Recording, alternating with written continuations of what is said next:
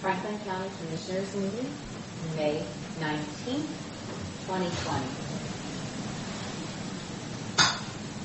Is phone on, Keith? It's not on.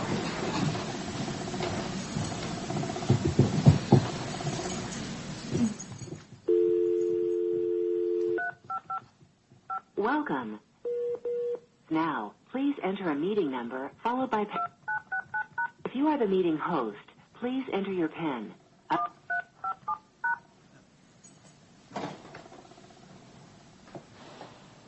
That's all. Once you enter, it's on. It's not showing it's on, though.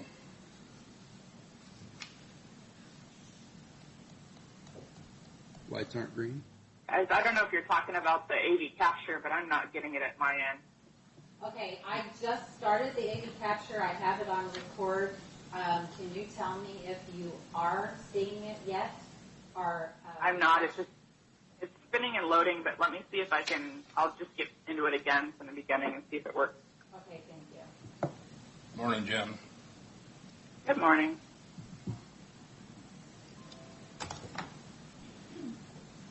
Are we live? We are on. Okay. Good morning.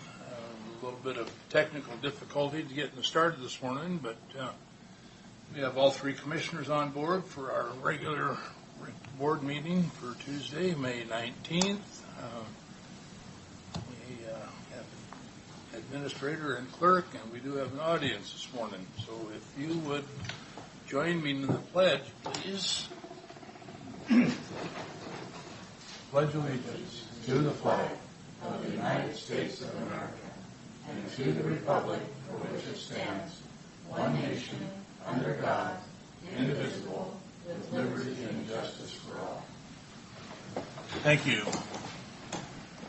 First item on the agenda is approval of minutes for May 5 and May 12. If there's no addition, changes, or corrections, they'll sign them as presented. Approved. No changes. Thank you.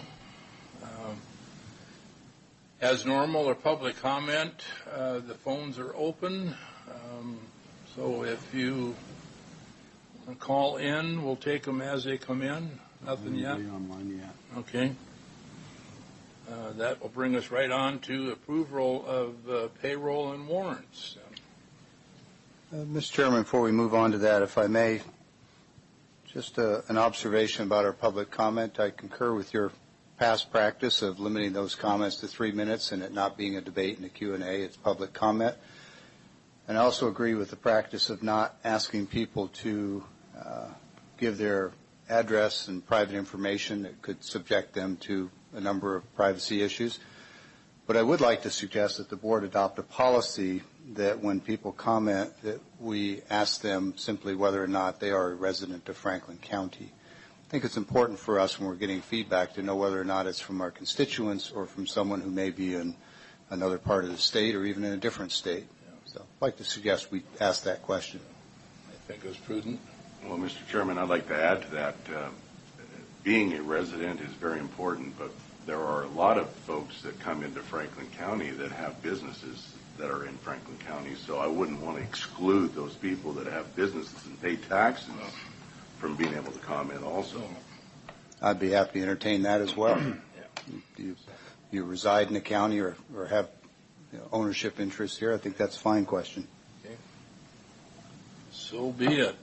We're back to payroll. Okay, Mr. Chairman, we have two fiscal notes this morning. One is fund expenditures. The other is salary clearing payroll and emergency management payroll. Take that in that order. Move for approval of fund expenditures as presented in a total amount of $959,206.87. And note that, like all of our vouchers, this has been reviewed and signed off by two representatives of the auditor's office, and this one as well reviewed by the county administrator. Mr. Chairman, I will second with discussion. Okay. Discussion? We've got to start looking at how we're going to pay all these bills. I mean, we're still sending out the money, and the money's not coming in. We are not collecting sales tax, excise tax, and property taxes behind. So I think we really got to start looking at how we're going to keep our budget in check with this year and this COVID-19 crisis. Further discussion? Not all in favor? Aye. Aye. Aye. Next item, Mr. Chairman, is salary clearing payroll and emergency management payroll. Move for approval in a total amount of $997,242.65. Note that this also has been reviewed and signed off by 2 members of the auditor's office. I second.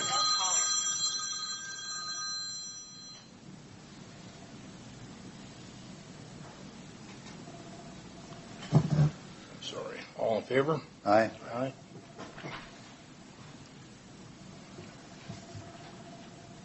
That brings us, nothing yet, Keith?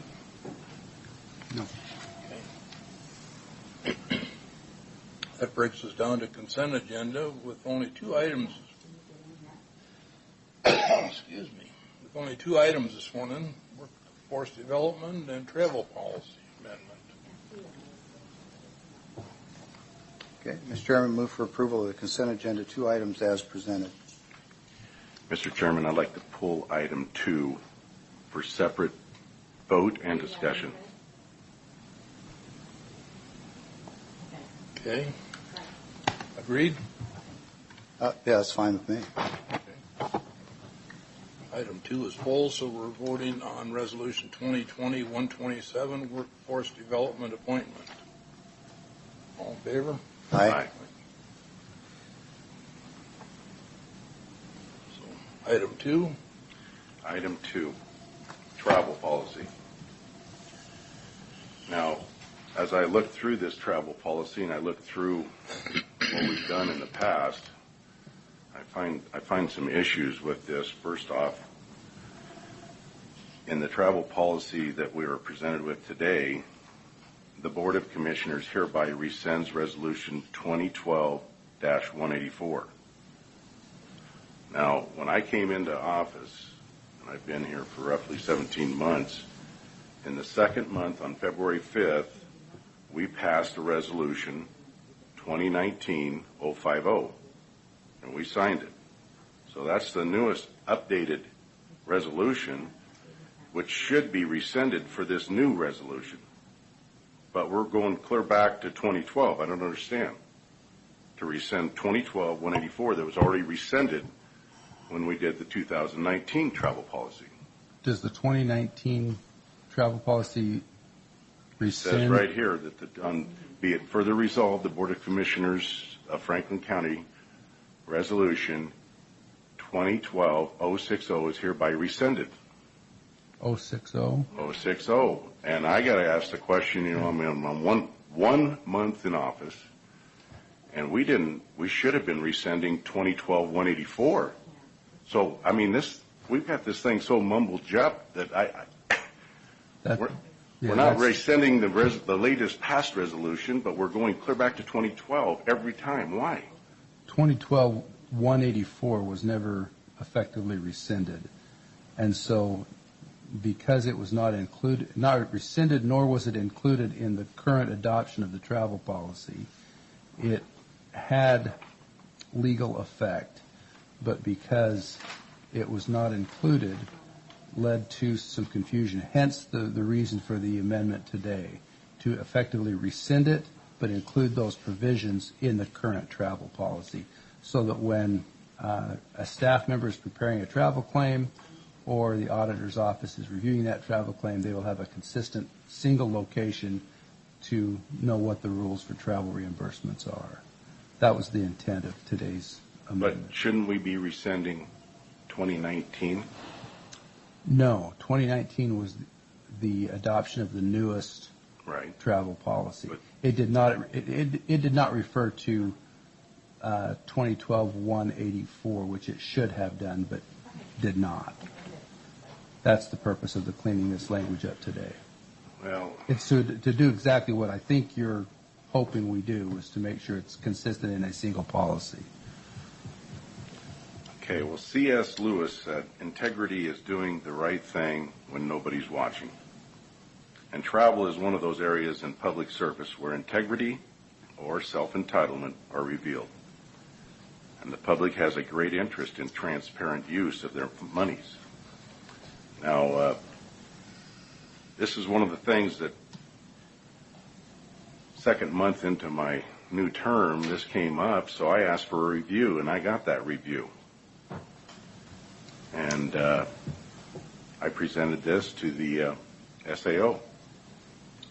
And there's obviously problems in here, but they didn't think it was, and I asked them when they presented here, I said, what level or what is the threshold for action with the SAO, State Auditor's Office? And they said there isn't one, any amount. Now, this travel thing was, like I said, brought up the second month. I was new commissioner. Now I'm over a year, going on my second year. But I'm wondering, when are we going to, this is getting so convoluted that it's hard to even follow what the resolutions are. And why is all the attention on this travel all of a sudden? We've got all this resolutions coming forward. I mean, this is now 2019. Now we got 2020 and 2019, the 50-mile to and from was taken out. And I remember I asked Chairman Cook about it, and he says, well, that's just common knowledge. Everybody knows you take the 50 miles off going away and coming back because we're already compensated in our travel voucher money of $700 a month. So this is where I'm having a problem with all these resolutions, and that's why I pulled it for a separate vote, because I want transparency on this. I want people to realize what is happening here. I will say that in the course of the last couple of years, we've had some changes in our staff that were not as familiar with all of the details of the travel policy. However, that's the purpose or the intent of providing this updated resolution today, is to provide that clarity and transparency in a single travel policy for the county. Rather than have to refer back to these individual resolutions, we can refer to a single travel policy. Well, this new written one has the 50 miles back in. Yes. And the 19 took it out. And I asked why it was taken out. Just silent. It was not mentioned. It was not mentioned. It was just silent. Yeah. It wasn't taken out. Yeah, and that's why I say. Because you said that is customary. Everybody knows. So. Well, Mr. Chairman, if I could get a word in edgewise here.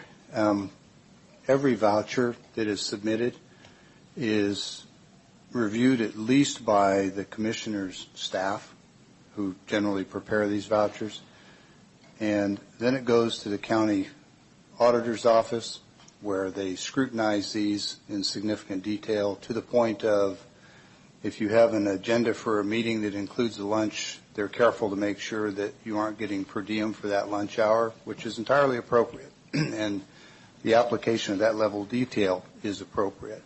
But they, too, passed and signed off on numerous vouchers that didn't have the 50-mile deduction. I think that's pretty good evidence of the lack of clarity and the need for an update that puts everything into one policy location.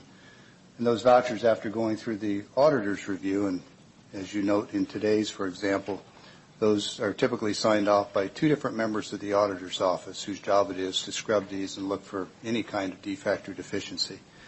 Then they go to the county administrator, who looks at them and signs off on them. So you got as many as 4 different levels of review where this isn't being caught. And I think that's ample evidence that this policy needs to be updated. It needs to be put into the travel policy where everything is one place, and we don't risk the potential for people to overlook a nearly decade-old resolution that, frankly, should have been rescinded last year, and this should have been included in the travel policy then. So I think we're all striving for the same thing, which is transparency and policies that are clear and relevant. So in January 20th of 2014, there was an email sent out by a Julie Jordan, and she said that she asked Mr. Pack that on his travel he did not remove the 50 miles back and forth. And he replied, I am going over your travel voucher. Or, excuse me, he says, I spoke with Matt Beaton on Friday, expressing concern that I could not recall if I had deducted the 50 miles. I'm concerned that I may have forgotten to do so. The mileage should be approximately 320 miles. But yet, from then, 2 months, that took place and it was removed. But from then until the present day, or I don't know presently, but it was not. So how can you acknowledge that you acknowledged the 50 miles and then you kept adding it onto your travel? Why? Well, first off, the issue before us is an update to the travel policy. If you've got an issue like that and you want to press that point, I suggest two things. You go back to the state auditors if you think there's an issue. And two, I think you need to provide your initial contact information materials when you contacted the state auditor initially, as you said a few minutes ago. I'd like to see those as well. I gave him this whole book. I also have pursued this for a few months now because the practice was apparently not clear when our own staff preparing vouchers didn't do it, when the auditor's office didn't see it in through their reviews, unless for some reason they knowingly didn't capture that 50-mile issue. But the point is simply that the policy as written is not clear, needs to be updated, and if you've got an opposition to updating the policy and making that clear, I'm interested in hearing that. Otherwise, Mr. Chairman, I'd move for approval of Resolution 2020-128 as presented. I'm not done with the discussion. It was clear enough for our prosecuting Mr. Chairman, attorney. discussion is not appropriate until there's a second. Second. Discussion. Our prosecuting attorney understood this very well because he took the 50 miles off for every trip he's taken. So I don't know how we can be confusing this when our prosecuting attorney had it right. Commissioner Cook had it right because he gets a company vehicle, and this only applies to the commissioners and the PA the way it was written, this travel policy. So how can our prosecuting attorney understand this? Commissioner Miller never put in for reimbursement, and I'm following his lead. I'm not putting in for any reimbursement on my travel because I feel I'm getting paid enough. That's my own decision. Commissioner Cook didn't have a problem in the book. There was just only one person who had an email that acknowledged they were supposed to be taking this 50 miles off. So apparently the auditor's office had a problem because it is their job to review these and look for precisely these kinds of things, and they didn't catch it either. So No, she did. She sent you an email. in 2014, 6 years ago, right? So are you saying you're getting dementia or something? You can't remember? Mr. Chairman, I think we've crossed the line of appropriateness and This is professionalism. ridiculous. I don't know how you can sit there and say this with a straight face. Mr. Chairman, the only other comment I have is that back in January I sent a written request to the prosecutor's office asking him to look at this issue, look at the travel policy, look at the resolutions, and provide guidance on how we make the process complete and transparent. And I specifically identified 4 different issues. That's a public record, anybody who wants to see it. I had the discussion with him in January. I submitted a written request in February. They responded to it. So anyone who wants to jump on the train after that fact and come along and make allegations, I suppose, is free to do that. The bottom line is I identified an issue. I self-identified it, and I'm correcting it. It's the appropriate thing to do, and part of that process is updating the travel policy. If anyone is wishing to make political hay of it, it's inappropriate to do that in a Board of Commissioners meeting. And I would remind there's a motion on the table that's been seconded. All in favor? Aye. Aye. Opposed? Nay. Thank you. That brings us to you, Keith, please. Or do you have any calls coming in? Don't have any calls yet. Yes. Oh, we do? Yes. Okay. I think we have 2 or 3.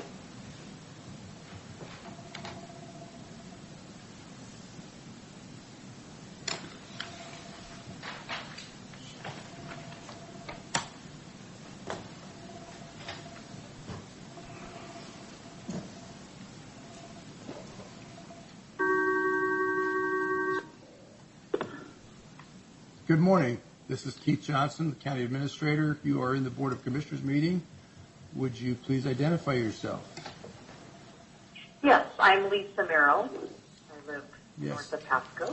Very good, Lisa. You are in the public comment period, so please state your comments. Okay, thank you for taking my call. I have a couple of things. First of all, thank you to those who are helping get our county up and running. I feel like the effects, I have to say, I feel like the effects are going to be far greater from keeping our businesses closed than if we were up and going. And I have survived the coronavirus, just to say that. But what I'm calling about is I'm concerned, and maybe this has been addressed before, and I apologize if it has, is the reflectors that were put up through the county along the roads. And when I first saw them putting them up, I was concerned. I'm like, there's so much. This is an agriculture county, and the amount of money that was spent on those. And if you come drive out Taylor Flats, Glade Road, a good portion of those are knocked over from our equipment, which is expected. I mean, we expect our equipment to go down. And so I'm concerned about, I just want to say I hope they don't put those back up, because I just feel like it was wasted money in the county that could have been used on paving more roads. And anyway. Okay. Thank you. And that is it. Okay. Thank you for your call. Thank you.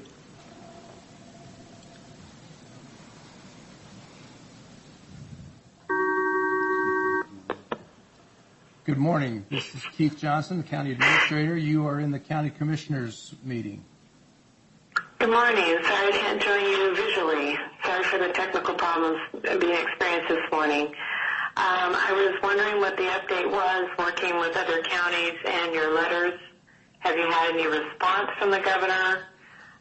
What is the update? And is there more movement in the state?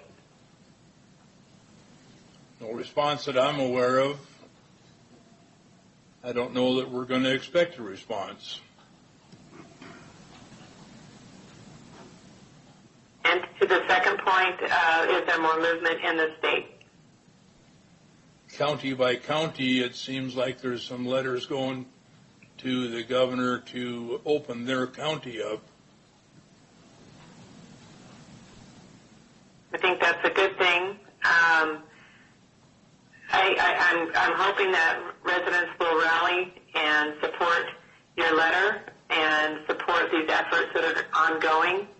And if there's anything that we can do as citizens to do that, I would welcome a call from any one of you. There are a lot of people that truly believe we can mitigate and operate, and I pray that that is going to continue to be the call. So thanks for your time. Thank you. Thank you. Pardon? That's all the calls. Is that all? Okay. Thank you. Okay. That will open us into your Yes. time. On the subject of letters to the governor, last week, Benton County's Board of Commissioners authorized a letter to the governor asking for consideration to reopen essentially the food service industry in Benton County was the specific ask of their letter, but they refer to a coalition of restaurants and bars in the Tri-Cities area. And this coalition established what they propose as guidelines for restaurant and bar reopening in both Benton and Franklin counties. And so my question is, does the board want to send our own independent letter to the governor making essentially the same request that Benton County did a week ago? asking for consideration for the food service industry to be able to open. And I won't read them, but there's a half-page list of requirements concerning customers and requirements concerning employees that they would be expected to follow to be able to do. Well, I had suggested that at the time when the numerous counties were signing on to a letter that I would support a letter from Franklin County, period. But again, like I just told Lisa Merrill, it's going to be the constituents on the phone calling the governor's office is going to help as much or more than any letter that we can send. But I'm not against sending a letter. I'm not going to shut that down. I'd just like to say that Sunday I got a call from a gal that's up in Spokane, and she works on the road crew out here on 395. They asked me to attend their safety meeting in the morning, and I said, I'm just a county commissioner. There's nothing I can do. And she goes, would you just please come and listen to these people? They're in a loader. They're in a dozer. They have cabs. If they have bifocals on, corrective lenses, they got to put safety glasses over that with the mask and the gloves. They're telling me that when they have that mask on and they cannot remove their glasses to even clean them. If they want a drink of water, they got to leave the job site for a drink of water in a cab when they're riding. They're the only person in this cab. Their glasses are fogging up, and they're worried they're going to run over some of the people that are working on the ground.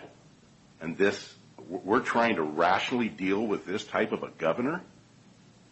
He's putting an unsafe environment out there. These people are trying to save lives in the community by creating these acceleration and deceleration lanes, and they're making them work in an unsafe atmosphere, and somebody's going to get killed.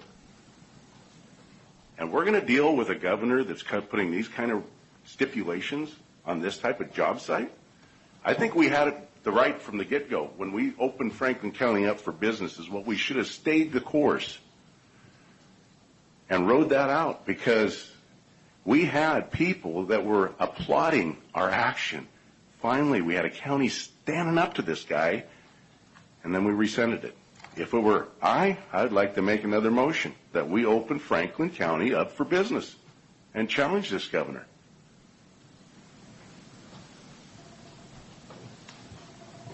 There's a motion on the floor. Lacks for a second. So Motion's dead. Yeah, Mr. Chairman, I'll just speak to the point, however.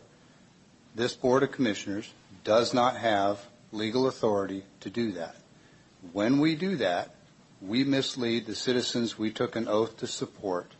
We mislead them into believing that they have a legal basis to open their business and that somehow this board or their county is going to protect them when they get challenged by the state, when they get audited, when they get their business licenses revoked, when they get visits from L&I, when they get, I think they're called 8A, their reviews of foreign workers on ag sites. It might feel good for us to beat our chest and throw stones at the governor, but frankly, for us to do that, knowing that we don't pay a cost, our citizens pay the cost, it's inexcusable. Might feel good in the moment. It did the time we passed it the first time. But everything we do ought to be done in the context of, is it going to help or hurt our citizens? And I think, Mr. Chairman, you're correct that the way to persuade this argument is for citizens en masse to contact the governor's office. Frankly, this Board of Commissioners standing with the governor's office and the likelihood that he's going to listen to anything that we say is less than zero.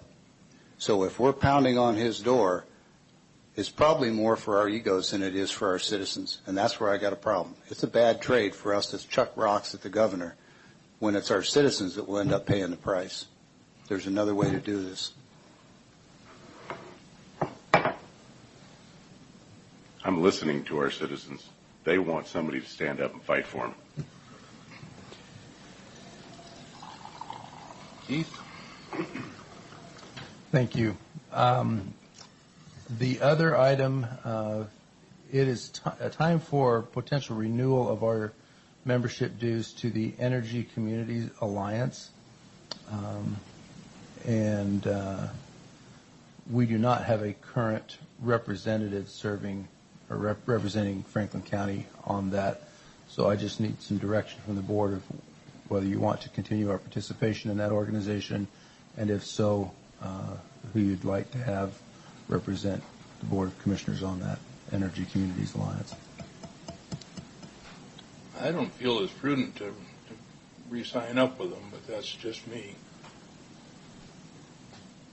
As I recall, Commissioner Didier is the current appointed county representative to that board. Is that correct? I'm on the Hanford Communities Board.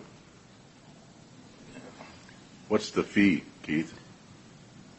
$2,500. Yeah. I don't think we're... So the Hanford board is part of the ECA, the Energy Communities Alliance, is the national component, and the Hanford Communities is the local chapter, if you will. Perhaps, Mr. Didier, you can give us some insight. You've been attending those meetings, yes? Yes, been attending those meetings, and there is a change of personnel, and they are looking to downsize it.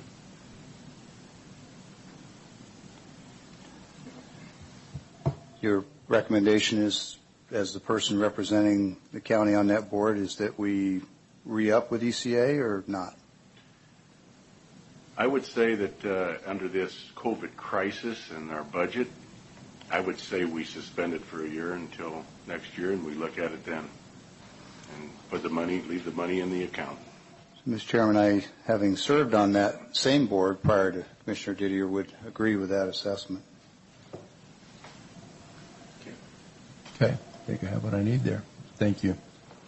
I'm not aware of any additional callers on the line. I do see that there are some members of the public here in the audience that may wish to comment. So. That's coming up next. Okay. If you're wrapped up. Yep. Okay. And that is on the agenda, the item for public comment. So a couple things. The live stream doesn't work, so I'm normally in there listening to it. It's really been popular, this live stream, so I'm hoping we can, buttress having that available, especially given the circumstances. When I've been out and about, it's really popular. So that, and I know today travel was discussed. I heard some of it, was in my office, not able to hear all of it. But I want to reiterate something as auditor that everybody, so I didn't hear the discussion, but a high-level thing that anybody listening, if the live stream is captured and it's able to be replayed, as we know, as public officials, as department heads, when we sign on that bottom line, we are attesting to the expense. Quite often when people get sideways or they have a problem, when something's found, it's of course, they did it, but if they get caught, then someone else didn't. I mean, I've run into this with everyone I've worked with here. And sometimes it's a mistake and sometimes it's not. But the control for every budget is the person putting in for the expense. It is so specious to blame it on staff, blame it on my staff, or blame it on me.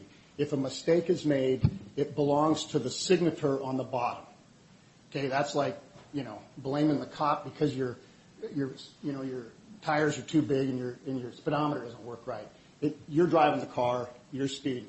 If there's a problem, everybody needs to remember that. There is a disclosure on the bottom that you attest to it. So I'm not sure what was said in here, but I can tell when it's interesting. Everybody in this building that's been here over 10 years knows we wrote this policy together, and everybody understands it. And so, can it be confusing? Sometimes do people leave receipts out, or do we have to collect stuff? Yeah, we do. But at the end of the day, it's about the personal responsibility of expending the public's tax dollars. So, and that's the person signing at the bottom. So I just want to make sure people know that.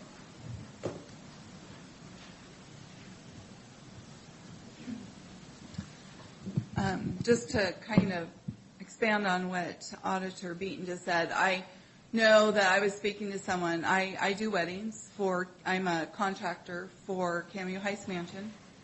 And I was explaining to them, I can't get unemployment because I'm not an employee. I don't have employees. So I'm not a sole proprietor and I don't have loans out for my business to go to a bank to get the government monies. And this girl was saying, well, this is what you have to do to be able to get that. But I said, but that's not really honest. Yes, maybe that's possible, maybe that's legal, but my conscience doesn't allow that. So I know how hard people work for their dollars. I don't want to take people's tax dollars for my convenience. So I just think that's a matter of integrity. But as far as the shutdown goes, I can tell you, unless you've called the governor, he's not listening to the public either. What the public really needs is they need someone that will lead the way. Everybody knows that if the commissioners say vote for standing up for the people of Franklin County, does not mean that they won't get their license suspended. They are quite aware that they will. The point is that the governed give permission to the governor to govern. That's under our Constitution. The law is not a law. It is an order, and it's an unconstitutional order. People have the right to earn money to feed their families. That is in the Constitution, too, the life, liberty, and the pursuit of happiness. There is no order that in the Constitution that says unless it's an order by the governor and under a state of emergency. Our legislature last year voted to allow the governor to decide solely when a state of emergency is over. There is no checks and balances. He's not listening to the legislators. He's not listening to the lawsuits. He listened to the ACLU. That's why he ended up going back on the list for businesses to keep lists of people. But he's not listening to anybody. What the people need is someone to say, you know what? Yes, you will get in trouble by the state. Yes, you will get your license revoked. But you know what? We're going to stand with you. That's what they want. And that's what Commissioner Didier was speaking to. That is what everybody is saying. I filed a lawsuit with this governor. He's not listening to me. Maybe he'll listen to the courts. I don't know. I don't know what the answer is, but I can tell you that my forefathers fought for my freedoms, and I'm going to fight for them too. And I'm telling people, go ahead, open up. So they revoke your license. Good. Now you don't have to pay state taxes. Now you're going to give your services for a donation. And do that. And maybe that will wake them up. Maybe money is the answer. I don't know. But that is my recommendation as a member of the public, as a business person, and as an American.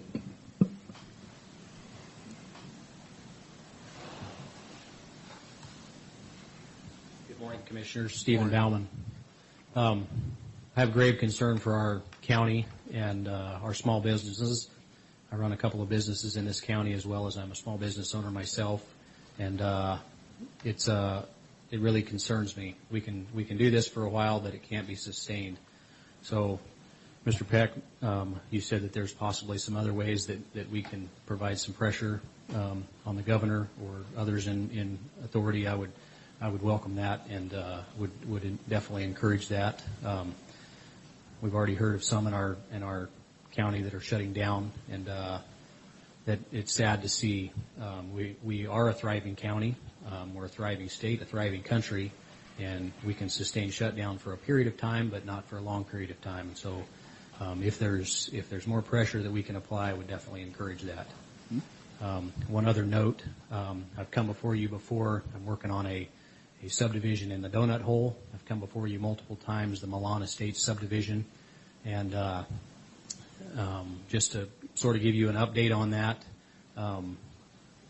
It's an open secret that when a developer or a business doesn't do what the governing authority or those that want to be a governing authority if they don't do what you want them to do, just wait them out. They have to fold. And there's a lot of truth in that, and it's really sad. I had another developer, I guess you would say my competition, called me last night. I talked to him for about 30 minutes, and it's happened to him, the identical thing that happened to me. He did his due diligence. He came to you guys prior to purchasing a piece of property. He went to the city. He asked the same set of questions that I asked, and he got told yesterday that the city decided that they weren't going to serve him with water, even though it's in their service area. We're being taken advantage of, and it's your jurisdiction, and I would ask somehow, I don't know what that looks like, that you would take authority over your jurisdiction. And the city, for me, has backed off on their wanting to put city, what do you call it, city impact fees. City impact fees. They did tell me that I had to pay city park impact fees, traffic impact fees, and all the other impact fees that they have. They did tell me that I had to do that.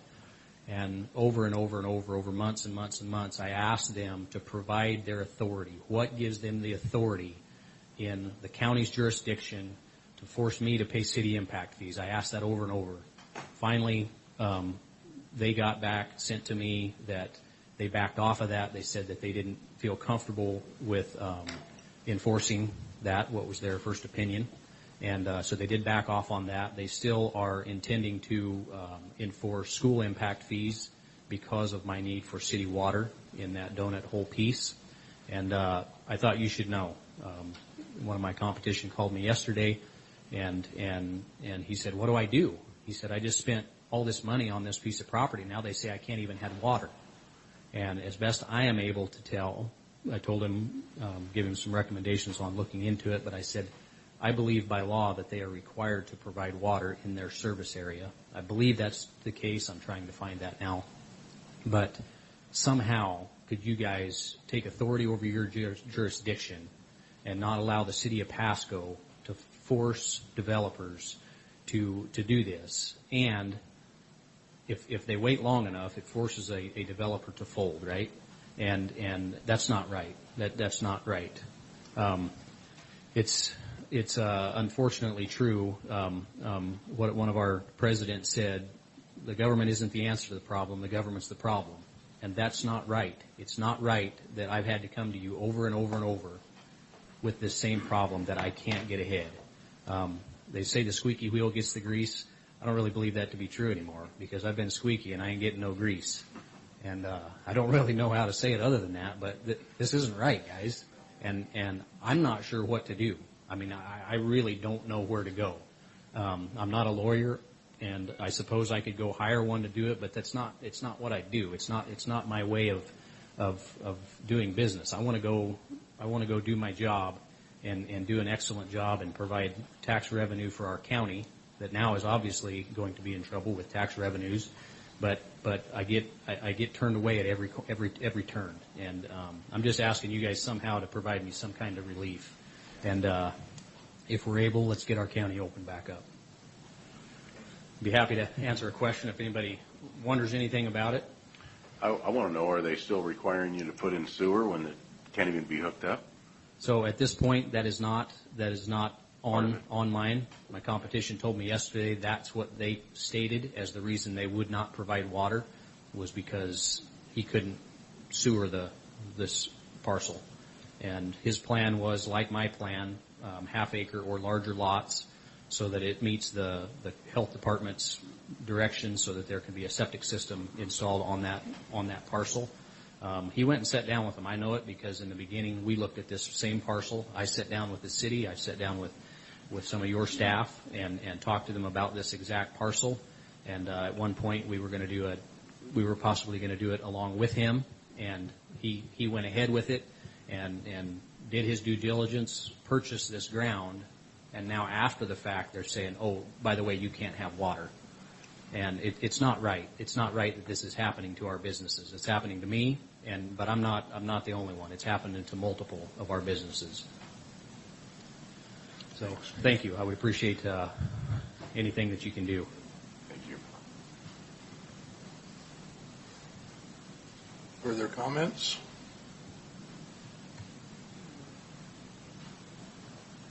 Pardon? No. Are you on the Water Conservation Board? I'm on the weed board, water conservation. I don't Rick believe used to be on it. I didn't know if you took that over or. I don't think I've got any notices to be at any meetings for water conservation. Or is that the one that meets up at Connell? No, that's. Because that happens about the same time as our commissioner meetings, and I can't get there in time. Yeah, comes at noon. Mr. Chairman, with respect to Mr. Bauman's remarks, I think it might be helpful for people to know that there's really at least 3 different jurisdictional areas. You've got development within the city limits of a city, wherein the city has significant control, almost total control over development standards. They have to comply with the state and so forth. But the county's not in a position to tell them how to do it. And then you have the unincorporated county, where the county largely establishes and maintains the development standards and rules. And then you have the areas where the two overlap, so inside the urban growth boundary, outside the city limits. And that's an issue that has been around for a number of years, not just with this county, but many.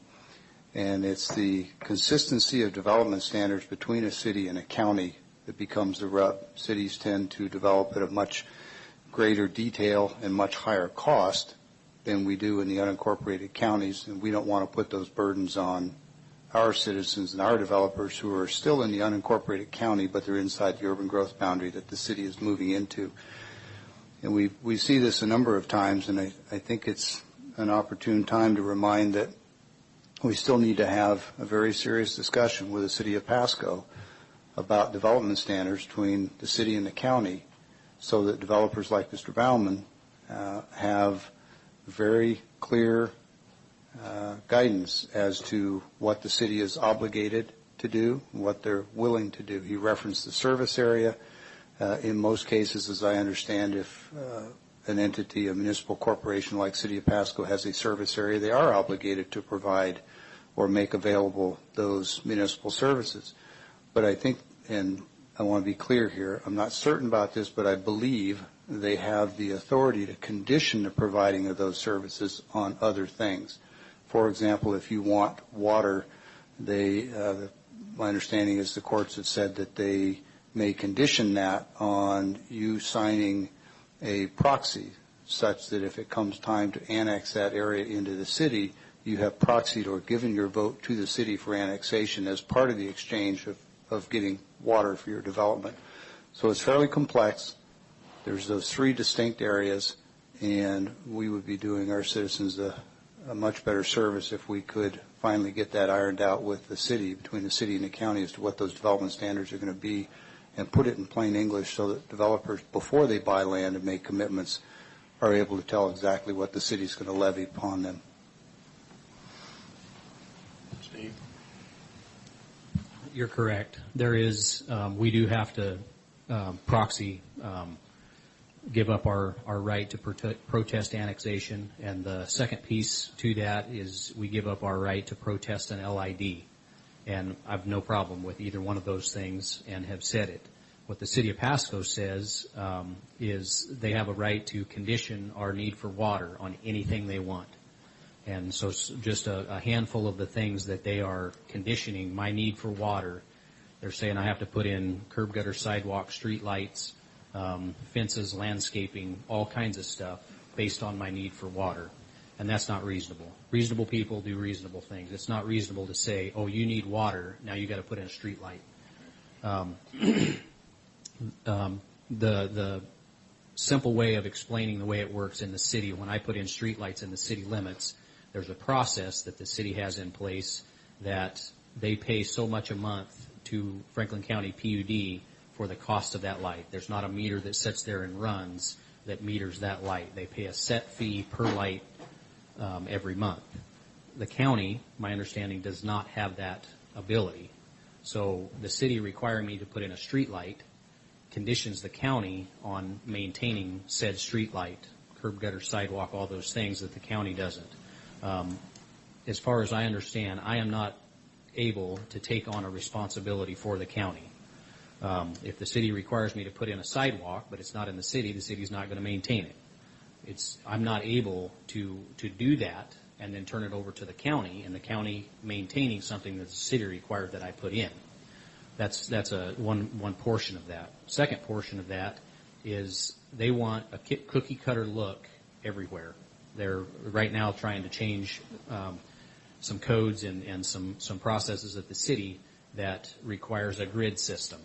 Not everybody wants to live on a grid. I personally live in a cul-de-sac. Where I live is exactly what I like, and it's the most high demand lot in the market today. It's what the people, of the people, by the people, for the people. It's what the people are asking for. And not only are they trying to force it on the people in the city, they're also trying to force it on the people in the county. And I would just ask that you, like Mr. Peck says, take your jurisdiction and work with them and tell them what you expect. And I'm okay with there being reasonable, conditions on doing these plats. I have no problem with that. I've had the opportunity to share with some of you what I do, and I'd be happy to take you around, show you the product that I put on the street. I think it's a fantastic product. It's what the people are asking for. That's the way business works. If the people don't ask for it, I don't provide it as a business. And I need relief. I've come to you now for, a year about this exact same process, and I get told one thing, and it just keeps changing, and it keeps changing, and it keeps changing. And now the excuse is COVID-19. Now they don't even return my phone calls. And so I need some relief. Thank you. Thanks. Yes. So I don't know, maybe this will help, but I was speaking to Joan Larson, whose husband was a longtime city councilman of Pasco, and she gave me some insights that the city council doesn't actually make the decisions. The city manager does, and the bureaucracy does. So that's this man's problem. I think he needs the commissioners to go to the city council meetings, and if anything, bring that to light, because that's why he's getting a changing story. And it's a terrible way to do business. I can tell you I spoke to the county assessor in Benton County as to why Pasco is not getting businesses. And he said because the city of Pasco has made it too complex to bring businesses in here. So that's why we don't get the sales tax revenue, and we don't get the property taxes that we could generate if they would make it less complex. So I don't know, that may answer some questions, but doesn't solve this problem, but maybe that'll help. I don't know. Further comments? Rocky. Rocky Malton. I would concur with Mr. Baumann. The city does make it extremely difficult for new businesses to come in and operate in Pasco. So much so that the contractors will go to our neighboring cities because they simply don't want to deal with the bureaucracy that's happening here. So we need to get some type of cohesiveness with the city of Pasco and get this to where we welcome new businesses. Second note is, do we have a plan for opening up Franklin County? Or are we just waiting for the governor to give us the okay? Mr. Peck said there were some other avenues that we could seek, and I don't know what they are. If he's willing to share with us what they are, I think that'd be very beneficial. We own several businesses here in Tri-Cities, and they're all been affected. Some have been shut down completely. One of my businesses hasn't operated since October. I also have rentals, and people say, oh, you should be sympathetic with your renters. And I agree. We've always worked with our renters, because we would rather have them stay and rent. It's not economically feasible to go out and look for new renters on a constant basis. So as a personal note, I had the opportunity to work with one of my renters, and he subsequently got 3 months behind on his rent. But, we're trying to work with him. Well, that was 5 months ago, and not a penny has been paid him. So I know I'm not the only one in this situation. I know there's a lot of elderly people that have rentals that rely upon that income. We're blessed that we have other businesses that we can support ourselves with. But it just keeps continuing. And at what point, can I look for a new renter? Do I have to pay his rent for another year? It's very disheartening. I just never in my wildest dreams could have imagined that a governor would step in and take control of a contract I have with a private party and consider it null and void. So I don't know if we need to publish the number for the governor so everybody can call in. I don't have the number on me, but if we do have that number, I think that we should encourage people to call in. Whether he listens or not, I think the best way is just to vote him out. What's happening is it's unimaginable what it's doing to the economy and to our businesses, to our families, our friends. With the businesses that I do own, there's some of the businesses like mine that's been shut down since October. Those people, most of them, don't have any other income, and they don't qualify for unemployment. They don't qualify for loans. They're simply not working. And it's destroying families. So if there is any ideas on what we can do, I'm open. I guess I'm just tired of waiting. I don't know how long it's going to continue. It's frustrating when I go see my own private doctor, and he tells me, this is all ridiculous. He's so over it. So much of it is, the governor keeps having his press conferences almost every day at 2:30. Hasn't said a thing yet. I think his plan is to destroy the economy. Break it down, they can rebuild it the way he wants. So. Thank you. Further comment? Mr. Chairman, if I may, I'd just like to leave everybody with a quote. Abraham Lincoln, if you want to test a man's character, give him power. And we're seeing what absolute power can do from a governor. Mr. Chairman, before we close, in reflecting on what Mr. Mullen said, the governor is in a relatively unique position in that he's been given power from the people, from us, without our being readily cognizant of it. We're a representative republic.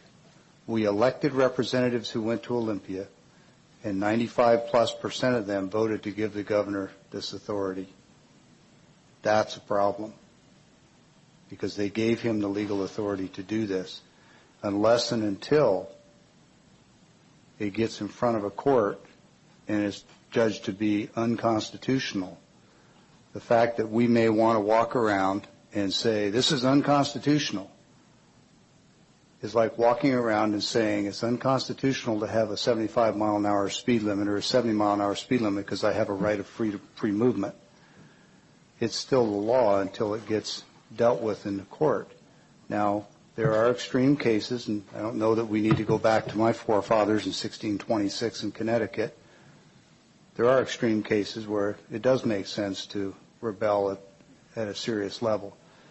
Personally, I don't think we're there. I think what we need to be doing is asking ourselves, who has influence with the governor? Because what matters is getting the right message delivered by the right people. We don't have any credibility, we, this board, with the governor's office. I guarantee you that. But there are people who do. And so that's the approach that I look at it from. And I think, frankly, the governor is not so much trying to destroy the economy as he is trying to make certain that he gets reelected.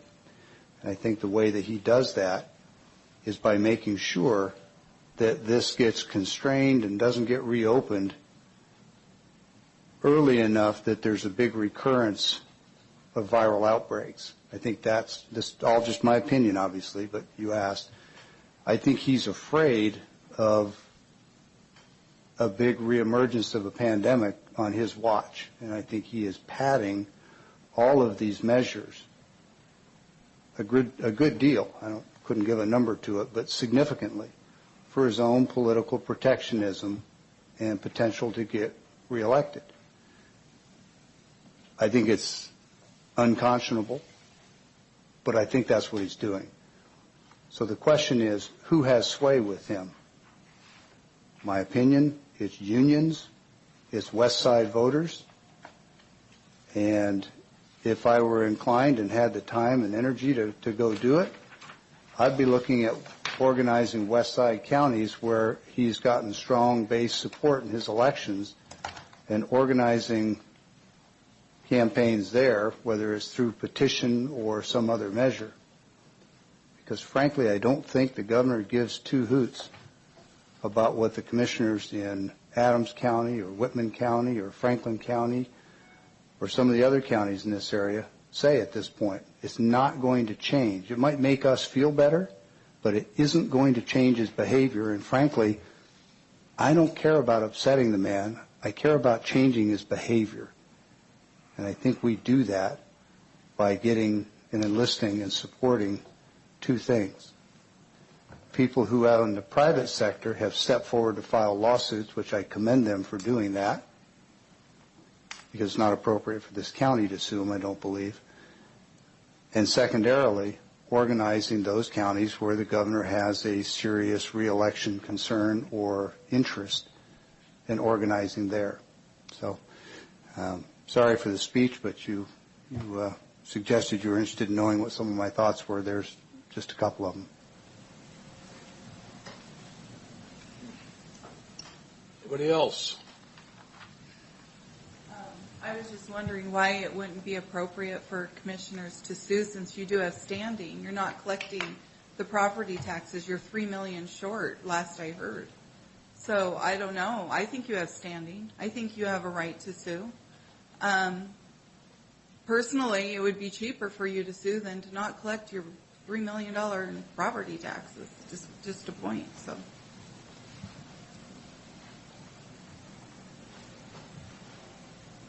Any other comments? Commissioners? Keith? Karen? With that, if there's nothing else for the good of the board, we are adjourned. Thank you.